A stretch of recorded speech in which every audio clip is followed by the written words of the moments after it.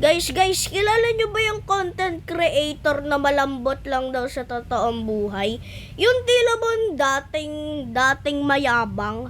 Yung kunwari, kinuwento niya yung yung mga content creator, binanggit niya. Tapos kapag daw pinagsama-sama daw, ganun daw siya kalakas. Ako, alam ko kasi yon. Di ko muna sasabihin, mamaya muna. Malambot daw siya sa totoong buhay, sabi niya daw. Pero guys, malakas yun mag-chew. Siya ay chew user. Ganon daw siya kalakas. God daw siya ng mga gods.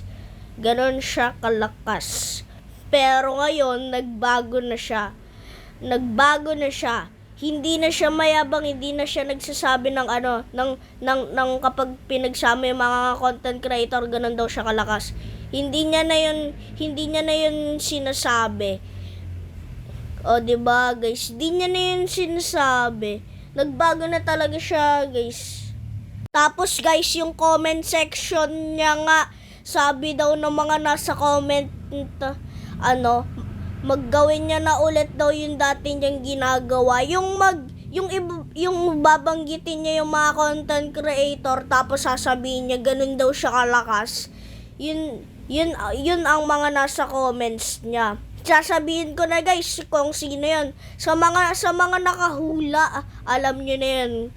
Yun lang naman ay si Captain Els. Ang true user na magaling. Siya yung dating mayabang na binabanggit niya yung mga content creator na ganun daw siya kalakas kapag pinagsama. Grabe guys, nagbago na si Captain Els at saka malungkot daw siya sa totoong buhay, sabi niya daw. Grabe guys, lala. Yun nga guys, si Captain Els, mag-subscribe na kayo dun para marami siyang subscriber. Yun lang guys, bye bye.